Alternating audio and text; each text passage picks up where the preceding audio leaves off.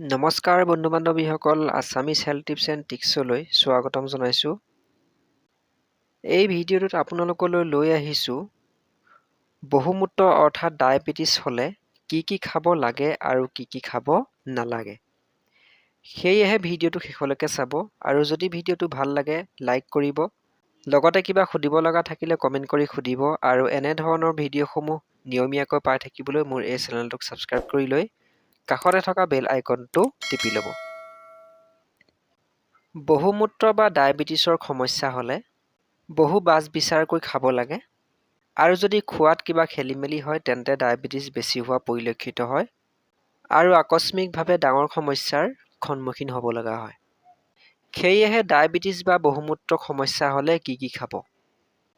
নেমুৰ ৰস খাব লাগে, কলডিল খাব লাগে, লগতে বিলাহী খাব লাগে আৰু কলা জামু খাব লাগে, অমিতা খাব লাগে, ফুলকবি খোৱাটো ভাল, লগতে কমলা টেঙা খাব পাৰি আৰু নাচপতি খোৱা ভাল, বন্ধাকবি খাব লাগে আৰু টেঙেচি খাব লাগে, তৰুৱা কদমৰ বাকলিৰ ৰস নিয়মীয়াকৈ খাব লাগে, লগতে সৰিয়হ শাক খোৱাটো ভাল আৰু তিয়ঁহ খাব লাগে, লগতে ধনিয়া খাব লাগে, বেতৰ গাঁজ খোৱাটো ভাল, পালেং শাক যথেষ্ট উপকাৰী আৰু পিয়ালি পালেং সুপথ্য, মেথি শাক বা মেথি এই সমস্যাৰ কাৰণে অতি ভাল, লগতে চিৰতা তিতা খাব লাগে আৰু কালমেঘ খোৱাটো ভাল, অৰ্জুন গছৰ ছাল আদি খাই থাকিব লাগে নিয়মীয়াকৈ, লগতে ত্ৰিফলা খাব লাগে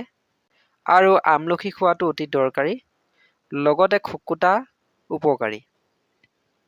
বন্ধু-বান্ধৱীসকল, বহুমূত্ৰ বা ডায়েবেটিছ সমস্যা যদি হয় তেন্তে এইসমূহ খোৱাটো অতি ভাল আৰু স্বাস্থ্যৰ কাৰণে যথেষ্ট উপকাৰী। বন্ধু-বান্ধৱীসকল, বহুমূত্ৰ বা ডায়েবেটিছ সমস্যা হ'লে কি খাব নালাগে? চেনি খোৱাটো অতি ঘাতক হয়, লগতে গুড় খাব নালাগে আৰু কুঁহিয়াৰৰ ৰস খাব নালাগে, নতুন চাউলৰ ভাত খাব নালাগে। যদি খোৱা হয় তেন্তে ডায়েবেটিছ বেছি হোৱা সম্ভাৱনা থাকে। লগতে ঘিউ দিয়া খাদ্য খাব নালাগে আৰু মাছ মাংস আদি খাব নালাগে, ময়দা খাব নালাগে, লগতে মিঠাজাতীয় বস্তু যেনে বিভিন্ন ধৰণৰ মিঠাই, মিঠা পোলাও আদি খাব নালাগে। ইয়াৰ উপৰিও ৰঙালাও, দৈ, কচু, আলু আদি যথেষ্ট ক্ষতিকাৰক, এইসমূহ খাব নালাগে। লগতে আঙুৰ খাব নালাগে আৰু কিচমিচ খাব নালাগে, চৰ্বত আৰু কল খোৱা বেয়া। বন্ধু-বান্ধৱীসকল, এয়াই আছিল ডায়েবেটিছ অৰ্থাৎ বহুমূত্ৰ সমস্যা হ'লে কি খাব লাগে আৰু কি খাব নালাগে।